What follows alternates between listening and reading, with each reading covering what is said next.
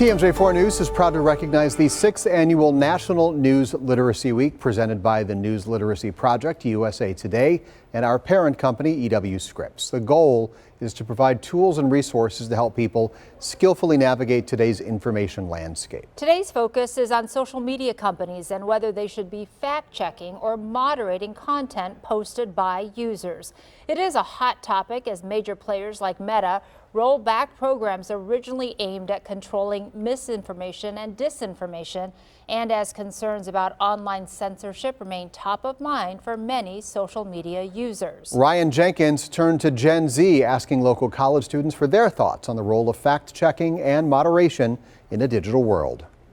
You'll catch me Marquette Place eating my bagel and just scrolling through the news. When it comes to Gen Z, it's not about if they're paying attention to the news. Whether it be sports, politics, arts and entertainment, really all of it. It's about how that news is being consumed. Well, I get a lot of it from New York Times. A mix of traditional sources. I like cable news. I usually watch Fox News and CNN to get a diversity of sources. From that and podcasts, I'll usually listen to the Charlie Kirk Show or the Joe Rogan podcast. And newer digital platforms. So obviously my generation is very into TikTok. Offer these freshmen and sophomores at Marquette University a variety of ways to stay informed. We have information in our fingertips, which no other generation has ever had before.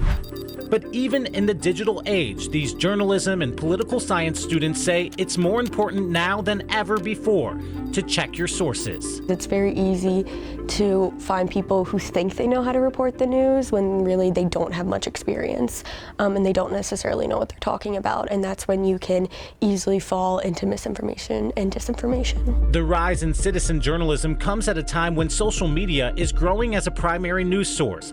The White House even inviting podcasters and influencers to attend the press briefings for the first time as the leaders of social media companies pull back on centralized efforts to combat misinformation, leaving fact-checking heavily up to users. The goal of fact-checking has been to make it easier for people to access accurate and trusted information, especially on the internet. Angie Holan is the director of the International Fact-Checking Network at the Poynter Institute in Florida. For years, she worked closely with companies like Meta to develop shared standards of accuracy designed to offer warnings or red flags around mis- or disinformation. Dismantling these programs, we are concerned, will create more conspiracy theories and hoaxes circulating on these social media platforms. But some in Gen Z, like Nick, say this gives news consumers a chance to be more involved. It can be a good thing because I think this is an opportunity for the general public to become more news literate. If nothing else, it's a reminder to always get both sides of any story, even when you're scrolling online. My advice, because I see it all the time as a product of Gen Z, is make sure you know what you're looking at. Make sure you know who's putting it out there. Make sure you know why they're putting it out there. And make sure you try to understand the intention, the person's intention of what they're putting out there. And cross-verify your information. Reporting in Milwaukee, Ryan Jenkins, TMJ4 News. To learn more about National News Literacy Week, you can go to newsliteracyweek.org.